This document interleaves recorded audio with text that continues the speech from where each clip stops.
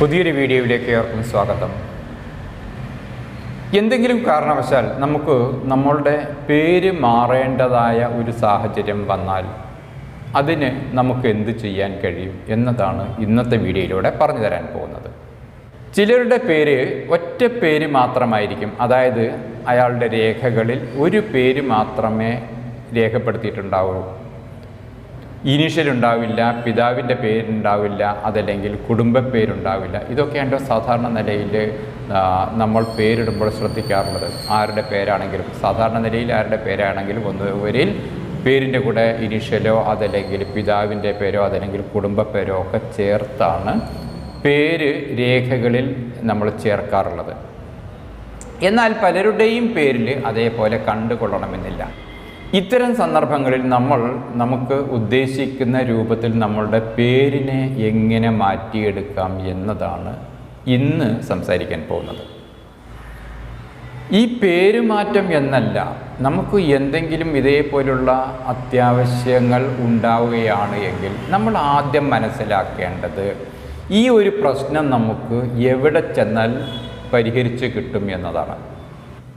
ഏത് ഓഫീസിൽ ചെന്നാലാണ് ഇതിനുള്ള ഒരു പരിഹാരമുണ്ടാവുക, അതല്ലെങ്കിൽ ഏത് ഓഫീസർക്കാണ് ഇതിൻ്റെ അധികാരം, ഏത് ഓഫീസ് മുഖേനയാണ് നമ്മളുടെ ഈ പ്രശ്നം പരിഹരിക്കേണ്ടത് എന്നൊരു അറിവ് നമുക്കുണ്ട് എങ്കിൽ ഒരുമാതിരിയുള്ള എല്ലാ പ്രശ്നങ്ങൾക്കും ഒരു പരിഹാരം അത് തന്നെ ആയിരിക്കും.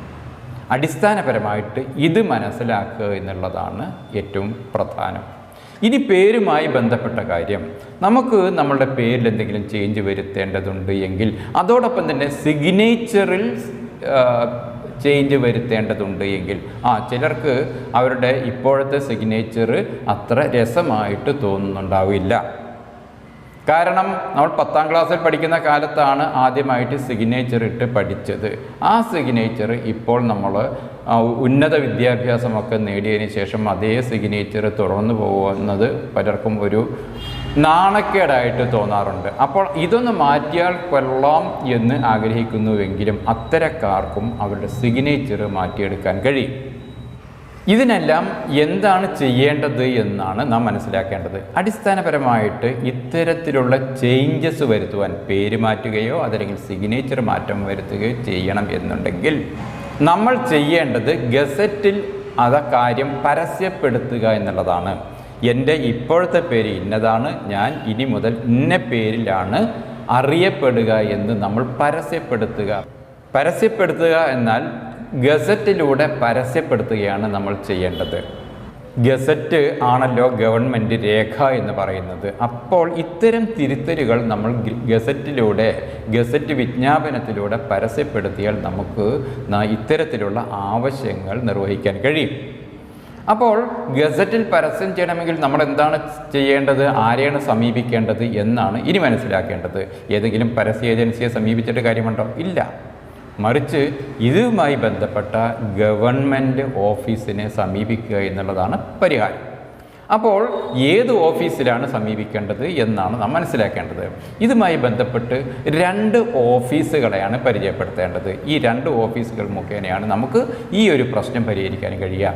ഒന്നാമതായിട്ട് ജില്ലാ ഫോംസ് ഓഫീസ്, ജില്ലാ ഫോറം ഓഫീസ് എന്ന് മലയാളത്തിൽ പറയാം. ഓരോ ജില്ലയിലും ഉണ്ടാവും ഇതുപോലുള്ള ജില്ലാ ഫോറം ഓഫീസുകൾ. നിങ്ങളൊന്ന് ഇൻ്റർനെറ്റിൽ സെർച്ച് ചെയ്താൽ നിങ്ങളുടെ ജില്ലാ ഫോറം ഓഫീസ് എവിടെയാണ് എന്ന് നിങ്ങൾക്ക് മനസ്സിലാക്കാൻ കഴിയും. ആ ഓഫീസുമായി ബന്ധപ്പെടുക. ഇതാണ് നിങ്ങളുടെ ഈ ഒരു പ്രശ്നത്തിനുള്ള പരിഹാരം എന്ന് പറയുന്നത്. രണ്ടാമതായിട്ട് ഈ ജില്ലാ ഫോംസ് ഓഫീസ് അല്ല എങ്കിൽ ഇനി നമ്മൾ സമീപിക്കേണ്ട രണ്ടാമത്തെ ഓഫീസ് എന്ന് പറയുന്നത് നിങ്ങളുടെ സമീപ പ്രദേശങ്ങളിൽ എവിടെയെങ്കിലും ഗവൺമെൻറ് പ്രസ് ഉണ്ട് എങ്കിൽ അവിടെ സമീപിച്ചാലും നിങ്ങൾക്ക് ഈ കാര്യം ചെയ്ത് കിട്ടുന്നതാണ്. അതായത് ഗസറ്റിൽ പബ്ലിഷ് ചെയ്യാനുള്ള സംവിധാനം അവർ ഒരുക്കിത്തരുന്നതാണ്. അപ്പോൾ ആദ്യം ചെയ്യേണ്ടത് ഈ പ്രസ്തുത ഓഫീസുകളെ സമീപിക്കുക എന്നുള്ളത് തന്നെയാണ്. ആ ഗവൺമെൻറ് ഓഫീസിൽ ചെല്ലുമ്പോൾ നമ്മളുടെ കയ്യിൽ എന്തൊക്കെ രേഖകൾ വേണം എന്നുള്ളതാണ് നമ്മൾ ഇനി ചർച്ച ചെയ്യാൻ പോകുന്നത്. സാധാരണ നിലയിൽ ഏതൊരു കാര്യത്തിനും നമ്മൾ 1, 2, 3 തവണ ഒക്കെ ആ ഓഫീസിൽ കയറി ഇറങ്ങേണ്ടതായിട്ട് വരും. അപ്പോൾ ആദ്യത്തെ തവണ നിങ്ങൾ അവിടെ പോയിട്ട് നിങ്ങളുടെ കാര്യങ്ങൾ സംസാരിച്ച് ഏതെല്ലാം രേഖകളാണ് സബ്മിറ്റ് ചെയ്യേണ്ടത് എന്നുള്ള കാര്യം കൃത്യമായി ബോധ്യപ്പെട്ട് പിന്നെ ഒരു ദിവസം ഈ രേഖകളുമായിട്ട് ചെല്ലുക എന്നുള്ളതാണ് ഏറ്റവും നല്ല പരിഹാരമാർഗം. ഇനി ഏതെല്ലാം രേഖകളായിരിക്കും അവർ ചോദിക്കുക എന്ന് നമുക്കൊന്ന് പരിശോധിച്ച് നോക്കാം. നമ്മൾ ചെയ്യേണ്ടത് ഇപ്രകാരമായിരിക്കും. നിങ്ങളുടെ കയ്യിലുള്ള എല്ലാ ഗവൺമെൻറ് രേഖകളും, അതായത് ആധാർ, ഇലക്ഷൻ ID, അതുപോലെ തന്നെ ഡ്രൈവിംഗ് ലൈസൻസ്, പാസ്പോർട്ട് തുടങ്ങി ഏതെല്ലാം രേഖകളാണോ നമ്മളുടെ പേരുമായി ബന്ധപ്പെട്ട്, ഗവൺമെൻറ് രേഖകളാണോ നമ്മളുടെ പേരുമായി ബന്ധപ്പെട്ട് നമ്മളുടെ കൈവശമുള്ളത്, ആ രേഖകളുടെ എല്ലാം കോപ്പി എടുത്ത് ആ കോപ്പികളെല്ലാം ഒരു A ക്ലാസ് ഗസറ്റഡ് ഓഫീസറെ കൊണ്ട് അറ്റസ്റ്റ് ചെയ്യുക. അത് മാത്രം മതിയോ? പോരാ, വേറെയും രേഖകൾ നമ്മളുടെ കൈവശമുണ്ട്. എന്തൊക്കെയാണത്? നമ്മൾ പഠിച്ച സർട്ടിഫിക്കറ്റുകൾ, അതായത് നമ്മുടെ SSLC, +2, ഡിഗ്രി സർട്ടിഫിക്കറ്റുകൾ, പോസ്റ്റ് ഗ്രാജുവേഷൻ എന്ന് തുടങ്ങി നമ്മൾ ഏതെല്ലാം തരത്തിൽ പഠനം നടത്തിയിട്ടുണ്ടോ അതിൻ്റെ എല്ലാം സർട്ടിഫിക്കറ്റുകളും ഇതേപോലെ കോപ്പി എടുത്ത് A ക്ലാസ് ഗസറ്റഡ് ഓഫീസറെ കൊണ്ട് അറ്റസ്റ്റ് ചെയ്ത് നമ്മുടെ കൈവശം വെക്കുക, അതുമായിട്ട് സമീപിക്കുക. അതുമാത്രം മതിയോ? നിങ്ങളുടെ പേരിൽ സ്ഥലമുണ്ടാവാം. അതിന് പുറമെ നിങ്ങളുടെ പേരിൽ സ്ഥലവും മറ്റ് ബിൽഡിങ്ങുകളും മറ്റു കാര്യങ്ങളും വസ്തുവകകളും ഒക്കെ ഉണ്ടാകാം, നിങ്ങളുടെ വാഹനങ്ങളുണ്ടാവാം. ഇതിൻ്റെ എല്ലാം രേഖകളും ഇതേപോലെ തന്നെ കോപ്പി എടുത്ത് അറ്റസ്റ്റ് ചെയ്തിട്ട് നിങ്ങൾ കൈവശം വെച്ച് ഇതുമായിട്ട് നിങ്ങളെവിടെ സമീപിക്കുക? ഇതേ പറയുന്ന ഓഫീസിൽ, ഏത് ഓഫീസുമായിട്ടാണ് നിങ്ങൾ ആദ്യം ബന്ധപ്പെട്ട് അതേ ഓഫീസിൽ നിങ്ങൾ സമീപിക്കുക. ഇതിൻ്റെ തൊട്ടടുത്തുള്ള ഏതെങ്കിലും ഇൻ്റർനെറ്റ് കഫേകൾ കാണും, അവർ തന്നെ നമുക്ക് പറഞ്ഞു തരും. ആ ഇൻ്റർനെറ്റ് കഫേയിൽ ചെന്നിട്ട് ഇതെല്ലാം നമ്മൾ അവർ പറയുന്ന മെയിൽ ID അപ്ലോഡ് ചെയ്തിട്ട് സെൻഡ് ചെയ്യുക. ഇത്രയാണ് നമ്മൾ ചെയ്യേണ്ടുന്ന കാര്യം. ഇതോടൊപ്പം തന്നെ ആ ഓഫീസിൽ നിന്ന് നിങ്ങൾക്കൊരു ഫോം തരും.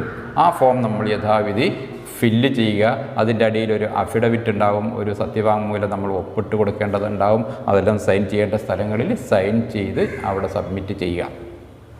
ഇനി ചെയ്യേണ്ട പ്രക്രിയ എന്ന് പറയുന്നത് അതിൻ്റെ നിശ്ചിത ഫീസ് അടയ്ക്കുക എന്നുള്ളതാണ്.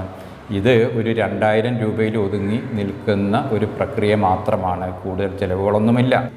ഇതേപോലൊരു ആവശ്യം കഴിഞ്ഞ വർഷം എനിക്കുണ്ടായി. ഞാൻ സമീപിച്ചപ്പോൾ അന്ന് എനിക്ക് ചിലവായത് ഈ പറഞ്ഞ 2000 രൂപയിൽ ഒതുങ്ങുന്ന ഒരു സംഖ്യയായിരുന്നു ആകെക്കൂടെ എനിക്ക് ചിലവായത്. അപ്പോൾ നിശ്ചിത ഫീസുണ്ട്, 1800 ശിഷ്ടമാണ് എന്നാണ് എൻ്റെ ഓർമ്മ.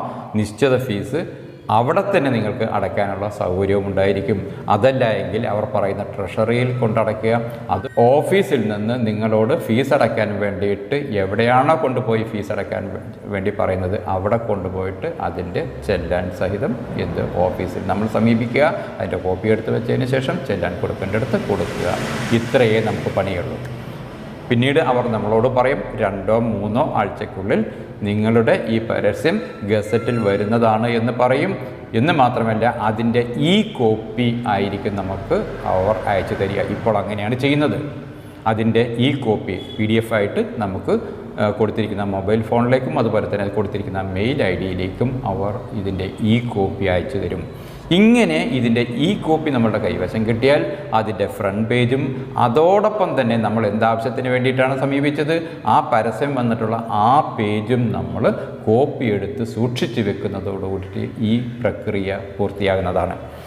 ഇത്തരത്തിലുള്ള കാര്യങ്ങളെല്ലാം ചെയ്യുമ്പോൾ നമുക്ക് ഏതെങ്കിലും ഒരു ആവശ്യത്തെ മുൻനിർത്തിയാണല്ലോ നമ്മൾ ഈ കാര്യങ്ങളൊക്കെ ചെയ്യാറുള്ളത്.